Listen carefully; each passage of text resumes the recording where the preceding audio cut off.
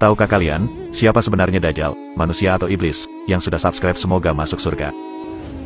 Kedatangan hari kiamat akan didahului sejumlah tanda. Salah satunya adalah kemunculan Dajjal. Dajjal dikatakan oleh Nabi Shallallahu Alaihi Wasallam sebagai cobaan terberat dan terbesar bagi seluruh umat manusia. Ibnu Katsir dalam buku Huru-Hara Hari Kiamat, menyebutkan bahwa Dajjal adalah keturunan manusia.